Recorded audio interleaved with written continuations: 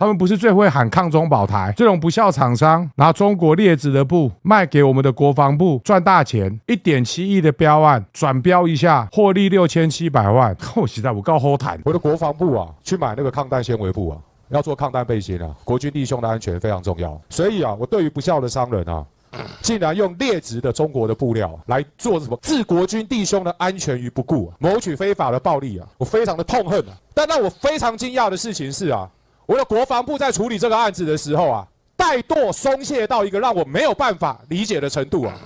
我为什么说怠惰松懈到一个我没有办法理解的程度啊？来看一下，大同公司、大众电脑得标了以后，结果竟然用中国制的布料伪造 MIT， 爽赚6700万，这是之前早就发生的弊案。为什么这些不孝的厂商还没有停权？你们说有啦，有停权，大众公司啊停权了，拿到0.7亿元的大众公司停权了，拿到2.45亿元的大同公司竟然没有停权。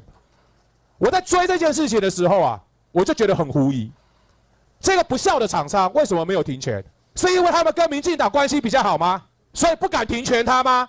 是因为他们董事长去帮民进党的立委助选，所以不敢停权他吗？结果你们之前跟媒体说什么？2022年哦，说依照工程会的调解，所以没有刊登政府公告。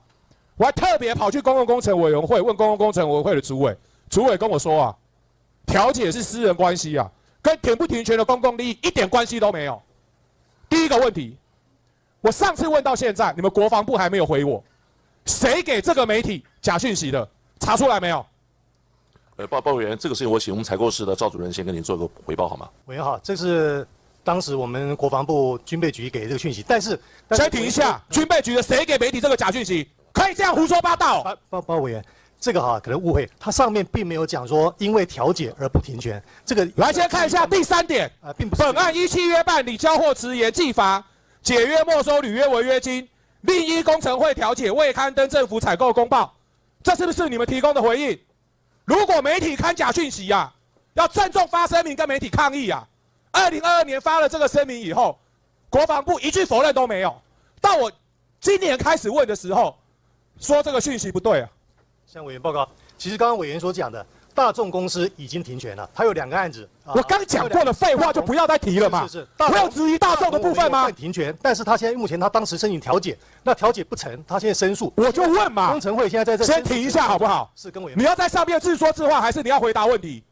委员，我们有工程会的调解跟停不停权有什么关系？我为了这个事情，我还跑去问工程会，没有关系。你刚才上面扯什么？没有，调解确实跟停权没有关系。所以我就问嘛，当初国防部谁给这个假讯息的？不用查吗？可以这样欺骗国人吗？查出来没有？国防部谁给这个媒体散播假讯息的？查出来没有？副部长要不要查？报委员，我们回去以后就这个案子1个礼拜之内查出来。是我们明白回报给我。谁放假讯息给媒体的？我们查完以后会。为什么我对这件事情这么愤怒？来，副部长，请你往下看。我一直在想，为什么可以没有停权？结果搞了半天以后什么？搞了半天以后啊，是你们要准备要处理停权的事情啊，停权的时效早过了，停权的时效早过了。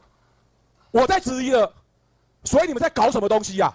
该停权不停权，做假动作，放假讯息。能拖就拖，能混就混，然后等到说啊，我们好像应该要办停权了，发现超过时效了。我上面所讲的这个历程，副部长，请您看一下。我都看了。报委员再看。超过3年才开始搞，这个是在放水吗？这是在放水吗？我只有这个问题，这是不是在放水？委员，有关委员所质疑的问题，我刚刚也跟委员报告过了，我会在1个礼拜之内把这个案子我们再查清楚，再向委员再做一个详细的一个回复。这个是我第3次质询这个案子，相关的同仁该提供的背景的资讯，该做的处理应该都很熟悉了。是，我再给国防部一个礼拜，当初到底谁在包庇，谁在鬼混，混到什么？前一任的部长说这种事情我们绝对无法容忍，结果大家就混嘛，混超过3年了。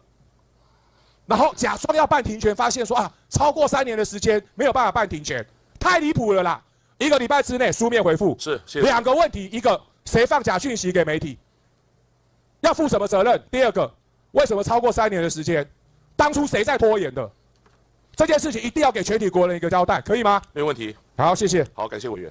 OK， 之前这个案子哦，咨询的有带大家看过了，那大家也都知道背景。然后我只是很火大，他那个手法很厉害，现在弄得越来越炉火纯青了，就是放水放到炉火纯青。什么叫放水放到炉火纯青？然后他说啊，因为在调解，所以没有刊登政府采购公报，没有弄停权。那个时候还没有超过裁罚时效3年，结果搞到什么？搞到裁罚时效过了以后，才在假动作，说啊我们要刊登政府采购公报啊，发现不能刊登啊，原来已经是什么？原来已经是超过时效了，非常高级的放水啊，玩的炉火纯青啊！我在问大同，他在跟我讲大众，刚刚整个咨询的过程大概都呈现出来了，没关系啊，我给他最后1个礼拜再看嘛。